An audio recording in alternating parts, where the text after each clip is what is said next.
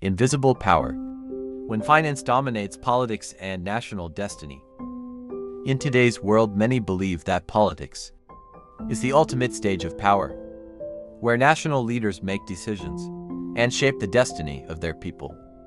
But a closer look reveals a different picture. Behind the scenes, finances, the invisible hand directing that stage, exerting a quiet yet powerful influence on politics and the fate of entire nations. Let's start with a basic question. What makes a country run? It's not just a constitution, an army or a government, but money. From paying civil servants and maintaining infrastructure to developing healthcare and education, everything depends on a budget. And the budget in turn relies on the financial system. Taxes, borrowing, and issuing bonds. If the flow of money is choked off, even the most powerful government becomes weak. History has witnessed many nations collapse, not because of war but because of financial crisis. The Spanish Empire of the 16th century grew rich from American gold and silver, but inflation and debt gradually led to its decline. During its 2010 public debt crisis, Greece was forced by international financial institutions to implement austerity policies, plunging millions of its citizens into hardship. Here we see it clearly. National sovereignty is sometimes limited, not by borders or armies but by the cold, hard numbers on a budget balance sheet. Beyond dominating the economy, finance has the power to pave or block political paths. A country wanting to develop infrastructure needs loans to protect its currency. It needs foreign exchange reserves to maintain its international standing. It needs financial resources to participate in global organizations. Without the backing of financial markets, many policies would remain mere words on paper. Conversely, when the financial world is displeased, it can withdraw capital and sell off assets, throwing an economy into chaos, thereby forcing a government to change its course. A clear testament to this is the role of the International Monetary Fund, IMF, and the World Bank, WB. When a country falls into crisis, the IMF may offer loans, but they come with conditions. Economic reforms, trade liberalization, and cuts to public spending. These conditions are not just technical. They are, in fact, direct interventions in national policy. Many countries have lamented that they had to trade their sovereignty for a financial bailout, but this invisible power comes not only from international organizations, but also from financial corporations and the super rich. A billionaire can influence the market through investments, stock purchases, or even a simple statement to the media. A massive investment fund can cause an entire industry to boom or bust in just a few years when large financial corporations hold assets that exceed the GDP of many nations. It is clear they have the ability to shape the global rules of the game. This leads to a disturbing reality. Politicians sometimes become mere pawns in a financial chess game.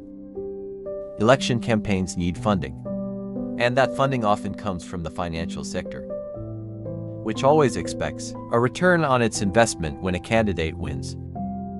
As a result, many subsequent policies tend to favor investors, banks, and large corporations, rather than focusing on the real needs of the people. Finance, in many cases, becomes a channel to buy political power. However, this invisible power is not always immutable. The rise of technology, social media, and a wave of protests against inequality are creating a counter-pressure.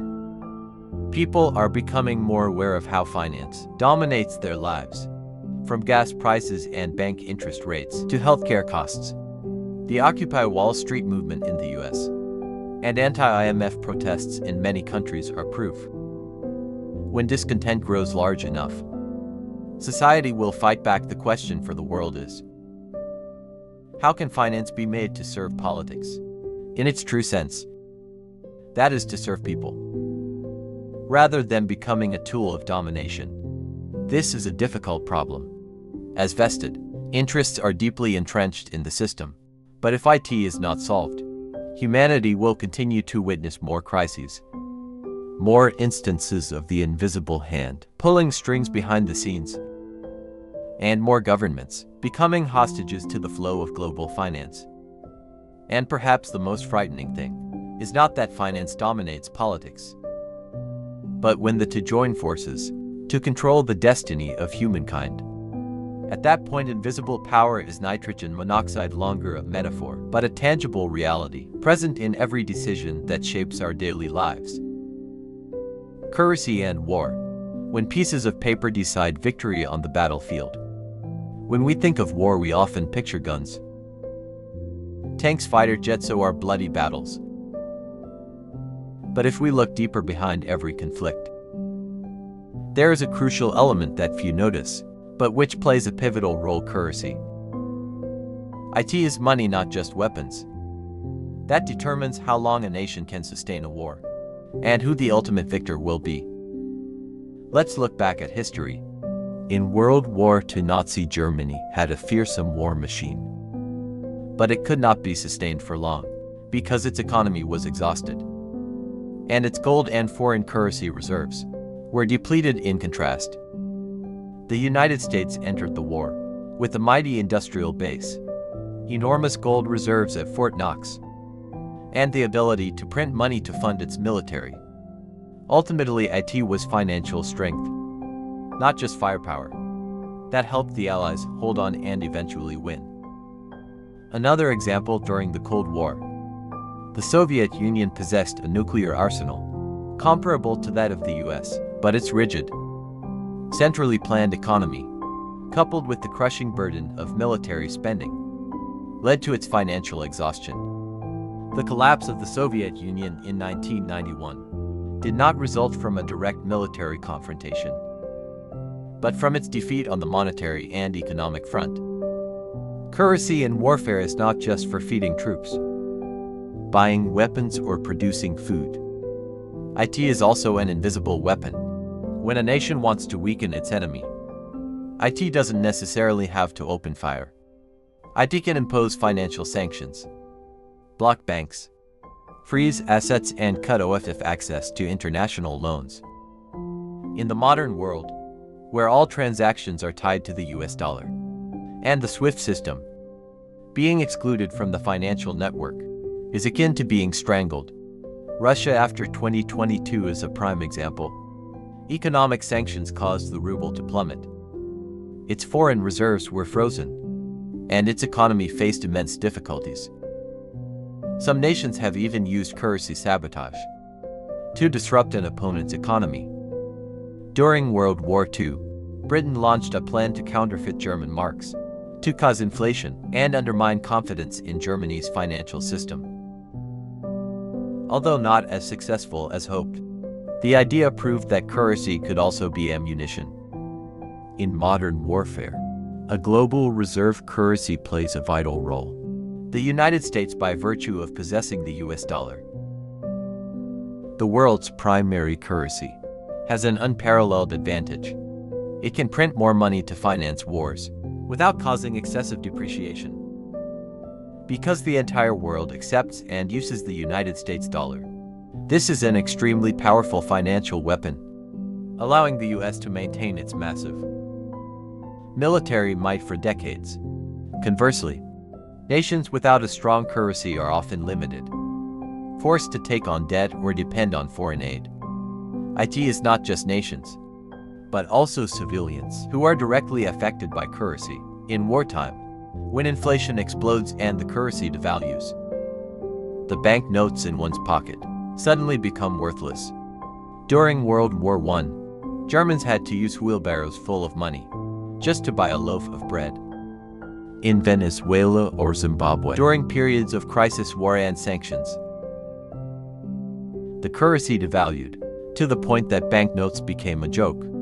This is the invisible pain. War not only takes lives, but also robs the value of money, the very thing tied to people's trust. Today, Currency and war are even more tightly intertwined. Through technology, cyber attacks on banks, crashing payment systems, or manipulating cryptocurrencies can all become new battlegrounds.